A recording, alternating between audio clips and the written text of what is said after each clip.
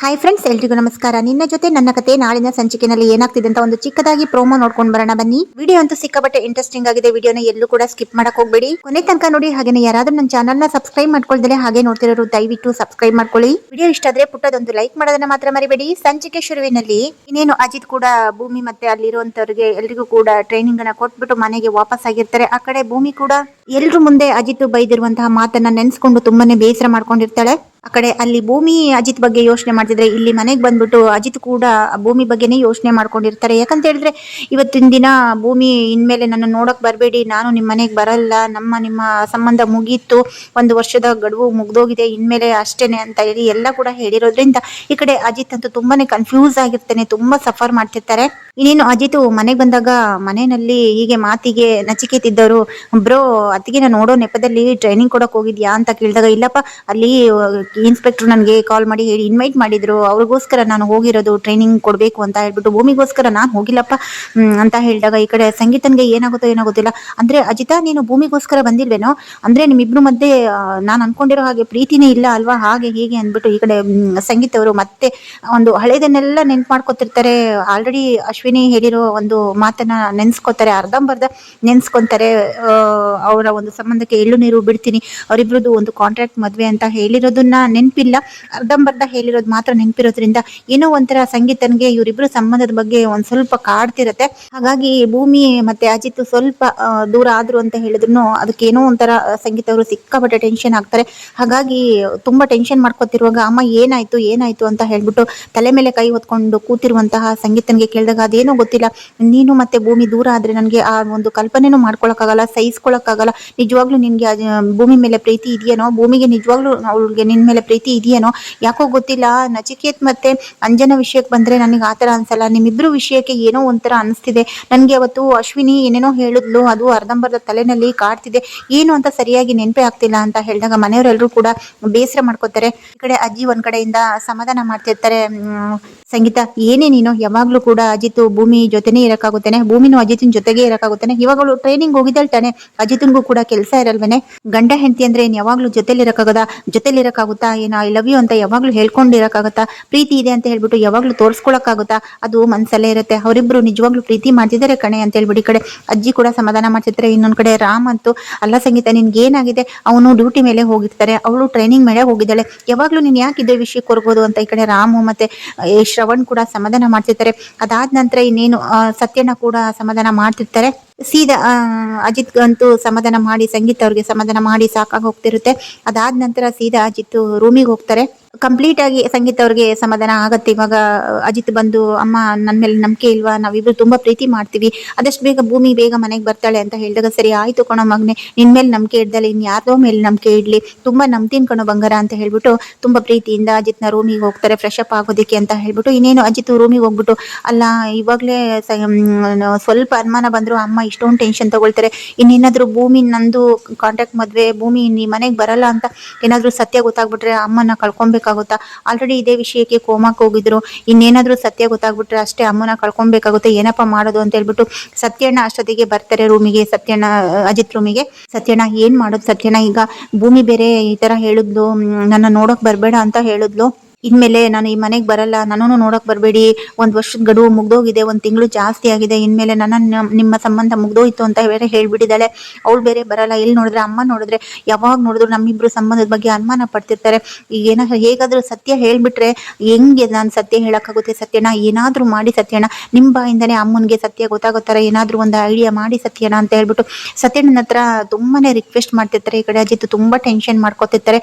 ಆದ್ರೆ ಅಜಿತ್ಗೆ ಭೂಮಿ ಮೇಲೆ ತುಂಬಾನೇ ಪ್ರೀತಿ ಇರುತ್ತೆ, ಆ ಕಡೆ ಭೂಮಿಗೂ ಕೂಡ ಇರುತ್ತೆ. ಆದ್ರೆ ಲಕ್ಷ್ಮಕ್ಕನ್ ಮಾತು ಅಪಾರ್ಥ ಮಾಡ್ಕೊಂಡಿರೋದ್ರಿಂದ ಭಾಗ್ಯಮ್ಮನ ಜೈಲಿಂದ ಬಿಡಿಸಬಾರ್ದು ಅನ್ನೋ ಒಂದು ಲಕ್ಷ್ಮಕ್ಕ ಮಾತನ್ನ, ಇವರಿಬ್ರು ಮಾತನ್ನ ಒಂದ್ ಸ್ವಲ್ಪ ಮಿಸ್ಅಂಡರ್ಸ್ಟ್ಯಾಂಡಿಂಗ್ ಮಾಡ್ಕೊಂಡು ಭೂಮಿಗೆ ಹೇಳಿರೋದ್ರಿಂದ ಈ ಕಡೆ ಭೂಮಿ ಅಂತೂ ಸಿಕ್ಕಾಬಟ್ಟೆ ಟೆನ್ಷನ್ ಮಾಡ್ಕೊಂಡಿರ್ತಾರೆ. ಅಲ್ಲ ಸಾಹೇಬ್ರು ನನ್ನ ಭಾಗ್ಯಮ್ಮನ ಬಿಡಿಸಲ್ಲ ಅಂದ್ರೆ ನಾನೇ ಬಿಡಿಸ್ತೀನಿ, ನಾನೇ ಯಾಕೆ ಸಾಹೇಬ್ರ ಬಗ್ಗೆ ಯೋಚನೆ ಮಾಡ್ಬೇಕು, ನಾನ್ ಬಂದಿರೋದಲ್ಲಿ ಟ್ರೈನಿಂಗ್ ಮುಗಿಸ್ಬಿಟ್ಟು ನಾನು ಇನ್ಸ್ಪೆಕ್ಟರ್ ಆಗ್ತೀನಿ, ಇನ್ಸ್ಪೆಕ್ಟರ್ ಆಗ್ಬಿಟ್ಟು ನಾನು ಆಮೇಲೆ ಭಾಗ್ಯಮ್ಮನ ನಾನೇ ಬಿಡಿಸ್ಕೊಂತೀನಿ ಜೈಲಿಂದ ಅಂತ ಹೇಳ್ಬಿಟ್ಟು ಆ ಕಡೆ ಭೂಮಿ ಒಂಥರ ಯೋಚನೆ ಮಾಡ್ತಿದ್ರೆ, ಈ ಕಡೆ ಅಜಿತನ್ ಟೆನ್ಷನ್ ಅಜಿತನ್ಗೆ ಆಗಿರುತ್ತೆ.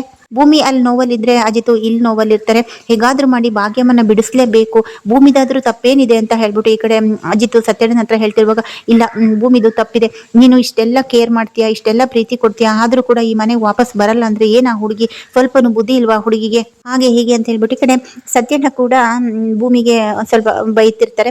ಆಗ ಅಜಿತ್ನ್ಗೆ ಏನಾಗುತ್ತೋ ಗೊತ್ತಿಲ್ಲ, ಅಜಿತ್ ಸತ್ಯಣ್ಣ ನೀವು ಭೂಮಿಗೆ ಬೈಯೋದ್ರಲ್ಲಿ ಅರ್ಥ ಇಲ್ಲ, ಭೂಮಿದಾದ್ರೂ ತಪ್ಪೇನಿದೆ ಹೇಳಿ, ಭೂಮಿ ಒಂದ್ ವರ್ಷಕ್ಕೋಸ್ಕರ ಮದ್ವೆ ಆಗಿರೋದಲ್ವಾ, ಭಾಗ್ಯಮ್ಮನ ಜೈಲಿಂದ ಬಿಡಿಸ್ತೀನಿ ಅಂತ ಒಂದು ಮಾತು ಕೊಟ್ಟಿರೋದ್ರಿಂದ ಈಗ ಒಂದ್ ವರ್ಷ ಮುಗ್ದೋಗಿದೆ, ಆದ್ರೂ ಕೂಡ ಭಾಗ್ಯಮ್ಮನ ಜೈಲಿಂದ ಬಿಡುಗಡೆ ಮಾಡಕ್ಕೆ ಆಗ್ತಿಲ್ಲ, ಏನು ಕೂಡ ಸಾಕ್ಷಿನೇ ಸಿಕ್ತಿಲ್ವಲ್ಲ, ಏನಾದ್ರೂ ಒಂದು ಸಣ್ಣ ಸುಳಿವು ಸಿಕ್ಕಿದ್ರೆ ಸಾಕು, ಪಟ್ಟಂತ ನಾನು ಹಿಡ್ದಾಕ್ಬೋದಾಗಿತ್ತು, ಯಾವ ಕಡೆಯಿಂದನೂ ಕೂಡ ಸುಳಿವೇ ಸಿಕ್ತಿಲ್ಲಲ್ಲ, ಏನ್ ಮಾಡೋ ಸತ್ಯಣ್ಣ, ಇನ್ನೇನು ಒಂದ್ ವರ್ಷ ಕೂಡ ಕಳೆದಿದೆ, ಒಂದ್ ತಿಂಗಳು ಕೂಡ ಜಾಸ್ತಿ ಆಗಿದೆ, ಇನ್ನು ಕೂಡ ಭೂಮಿಗೆ ಇದೇ ಮನೆ ವಾಪಸ್ ಬಾ ಅಂತ ಹೇಳಿದ್ರೆ ಅದು ನಮ್ ಕಡೆಯಿಂದ ಸ್ವಾರ್ಥ ಆಗುತ್ತೆ ಸತ್ಯಣ್ಣ, ಅವಳು ತಪ್ಪೇನಿಲ್ಲ ಅಂತ ಹೇಳಿ ಈ ಕಡೆ ಹೇಗಾದ್ರೂ ಮಾಡಿ ಭಾಗ್ಯಮ್ಮನ ಜೈಲಿಂದ ಬಿಡಿಸ್ಬೇಕು, ಅಪರಾಧಿ ನಿಜವಾದ ಅಪರಾಧಿ ಯಾರು ಅಂತ ಕಂಡುಹಿಡಬೇಕು ಅಂತ ಹೇಳ್ಬಿಟ್ಟು ಈ ಕಡೆ ಸತ್ಯಣ್ಣ ಮತ್ತೆ ಅಜಿತ್ ಇಬ್ರು ಕೂಡ ಮಾತಾಡ್ತಿರ್ತಾರೆ. ಇನ್ನೊಂದ್ ಕಡೆ ಇಷ್ಟೆಲ್ಲ ಆದ್ಮೇಲೆ ಇನ್ನೇನೋ ಸ್ಟೇಷನ್ ಕೂಡ ಹೋಗ್ತಾರೆ, ಹೀಗೆ ಭೂಮಿ ಬಗ್ಗೆನೇ ಮಾತಾಡ್ತಿರ್ತಾರೆ.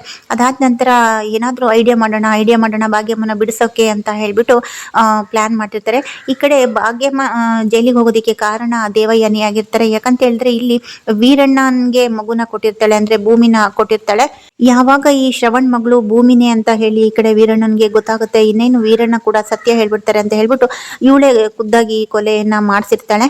ಹಾಗಾಗಿ ಇನ್ನೇನು ಸತ್ಯ ಹೊರಗೆ ಬಂದ್ಬಿಡುತ್ತೆ, ನಾನ್ ಜೈಲ್ ಪಾಲ್ ಆಗ್ತೀನಿ, ಈ ಮನೆ ಆಸ್ತಿ ಹೊಡಿಯೋಕ್ಕಾಗಲ್ಲ ಅಂತ ಉದ್ದೇಶದಿಂದ ಈ ಕಡೆ ಅಜಿತ್ನ್ಗೆ ತನ್ನ ಮಗಳನ್ನ ಕೊಟ್ಟು ಮದುವೆ ಮಾಡ್ಬೇಕು ಅನ್ನೋ ಉದ್ದೇಶದಿಂದ ಭೂಮಿನೂ ಕೂಡ ಕೊಲ್ಲೋದಿಕ್ಕೆ ಪ್ಲಾನ್ ಮಾಡಿದ್ಲು. ಹಾಗೇನೆ ವೀರಣ್ಣನು ಕೂಡ ಮುಗಿಸ್ಬಿಟ್ರೆ ಭೂಮಿ ಈ ಮನೆ ಮಗಳು ಅಂತ ಒಂದು ಸಾಕ್ಷಿ ಇರಲ್ವಲ್ಲ ಅಂತ ಹೇಳಿ ಕೊಲ್ಸಿರ್ತಾರೆ. ಅದನ್ನ ತನ್ನ ಹೆಂಡತಿಯಾದಂತ ವೀರಣ್ಣನ ಹೆಂಡತಿಯಾದಂತ ಭಾಗ್ಯಮ್ಮನ ಮೇಲೆ ಬರೋ ತರ ಮಾಡಿರೋದು ಈ ಕಡೆ ದೇವಯಾನಿ ಆಗಿರ್ತಾಳೆ. ಅದಾದ ನಂತರ ಈ ಕಡೆ ಪುರುಷೋತ್ತಮ್ಗೂ ಕೂಡ ಎಲ್ಲ ಕೂಡ ದೇವಯಾನಿಯ ರಾಸೆ ಎಲ್ಲ ಕೂಡ ಗೊತ್ತಿರುತ್ತೆ. ಹಾಗೇನೆ ವೀರಣ್ಣನ ಮಗಳು ಈ ಶ್ರವಣ್ ಮಗಳು ಅನ್ನೋದು ಕೂಡ ಈ ಕಡೆ ಪುರುಷೋತ್ತಮ್ಗೆ ಗೊತ್ತಿರೋದ್ರಿಂದ ಈ ರಾಣಾ ಕೈಯಿಂದ ಈ ಕಡೆ ಪುರುಷೋತ್ತಮ್ಗೂ ಕೂಡ ಗುಂಡು ಹಾರಿಸಿರ್ತಾಳೆ. ಹೇಗೋ ಒಂದು ಪುರುಷೋತ್ತಮ ಈಗ ಬದುಕಿದ್ದಾರೆ, ಆದ್ರೆ ಕೋಮಾ ಸ್ಟೇಜ್ ಅಲ್ಲಿ ಇರ್ತಾರೆ, ಹೀಗೆಲ್ಲ ಆಗ್ತಿರತ್ತೆ. ಸೊ ಅದಾದ ನಂತರ ಇನ್ನೇನು ಸ್ಟೇಷನ್ ಅಲ್ಲಿ ಸತ್ಯಣ್ಣ ಮತ್ತೆ ಅಜಿತ್ ಇಬ್ರು ಕೂಡ ಇದ್ರ ಬಗ್ಗೆನೆ ಒಂದು ಭೂಮಿಯ ಬಗ್ಗೆನೆ ಅಥವಾ ಭಾಗ್ಯಮ್ಮನ ಒಂದು ಬಿಡಿಸೋದ್ರ ಬಗ್ಗೆನೆ ಮಾತುಕತೆ ಆಡ್ತಿರ್ತಾರೆ. ಹೇಗಾದ್ರೂ ಮಾಡಿ ಬಿಡಿಸ್ಬೇಕು ಅಂತ ಹೇಳ್ಬಿಟ್ಟು ಬಿಡಿಸ್ಬಿಟ್ಟು ಭೂಮಿ ಕೈಗೆ ಒಪ್ಪಿಸಿದ್ರೆ ಆಮೇಲೆ ಭೂಮಿಗೆ ನಮ್ಮ ಮನೆಗೆ ವಾಪಸ್ ಬರೋದು ಬಿಡೋದು ಅಥವಾ ಇನ್ನೇನ್ ಮಾಡೋದು ಅಂತ ಮುಂದೆ ಯೋಚನೆ ಮಾಡ್ಬೋದು. ಆದಷ್ಟು ಬೇಗ ನಾವು ಭಾಗ್ಯಮ್ಮನ ಜೈಲಿಂದ ಬಿಡಿಸ್ಲೇಬೇಕು, ಆಲ್ರೆಡಿ 1 ವರ್ಷ ಮುಗ್ದೋಗಿದೆ ಅಂತ ಮಾತಾಡ್ತಿರುವಾಗ ಅಷ್ಟರಲ್ಲಿ ಅಜಿತ್ಗೆ ಒಂದು ಕಾಲ್ ಬರತ್ತೆ. ಕಾಲು ಯಾರ್ದಾಗಿರುತ್ತಪ್ಪ ಅಂತ ಹೇಳಿದ್ರೆ ಈ ಕಡೆ ಪುರುಷೋತ್ತಮ ಹಾಸ್ಪಿಟಲ್ ಅಲ್ಲಿ ಇರ್ತಾರಲ್ವಾ ಕೋಮಾ ಸ್ಟೇಜ್ ಅಲ್ಲಿ, ಅವರಿಗೆ ಕೋಮಾ ಸ್ಟೇಜ್ ಇಂದ ಆಚೆ ಬಂದಿರ್ತಾರೆ.